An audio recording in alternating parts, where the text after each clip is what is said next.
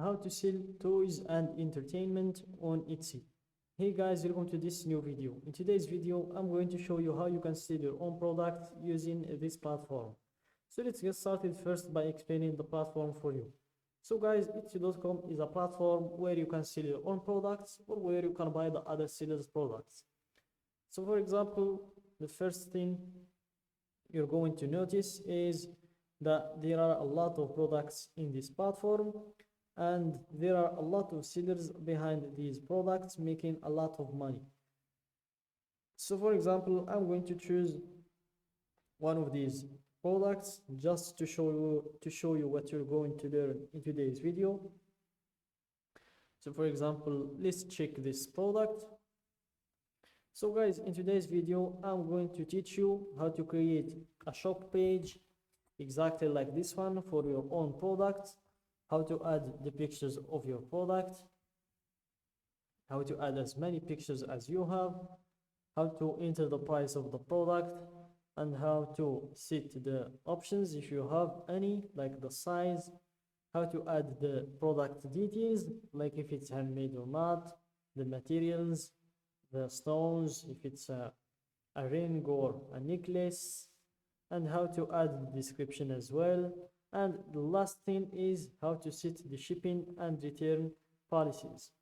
So let's start from the beginning, from the first page. Let's close this one, go to the first page, click on the shop manager button in your top right. Then you'll proceed to setting up your Etsy shop. And in order to do that, you will need to go through 6 steps. The first step is the shop preferences, then comes naming your shop, then stock in your shop, then you choose how you'll get paid, then you set up the billing or the payment processors, then you end with the shop security. So let's start from the first step, which is the shop preferences, and it's where you choose the shop's language, the shop's country, and the shop's currency. So let's just change the currency from the Moroccan dirham to the United States dollar. Then click on save and continue to proceed to the next step, which is choosing a name for the shop. And here, let's give it this name.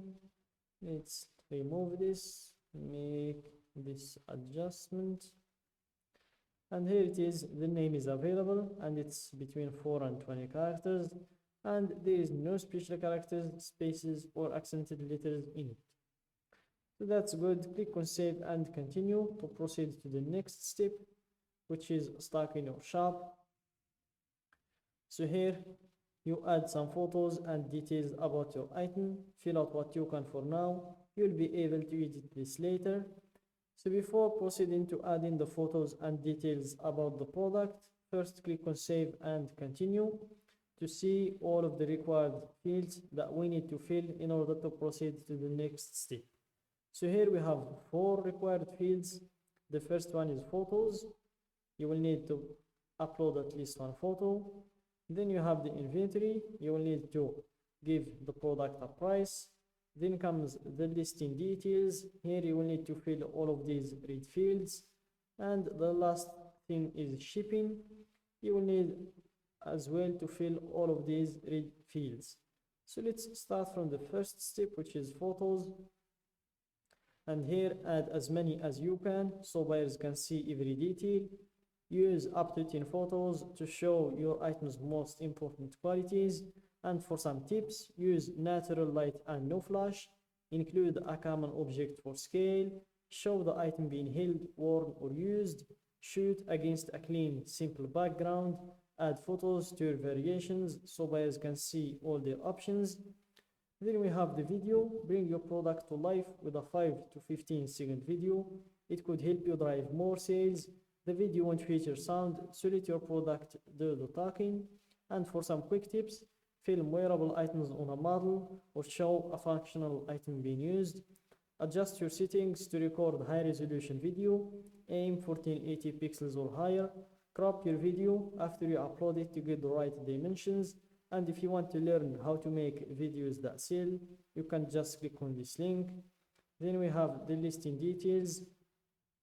So here you tell the world all about your item and why they love it. So we start with the title. So here Let's enter this title. Let's make this change, and that's it. Then you answer these three questions. Who made it? You have three options to choose from.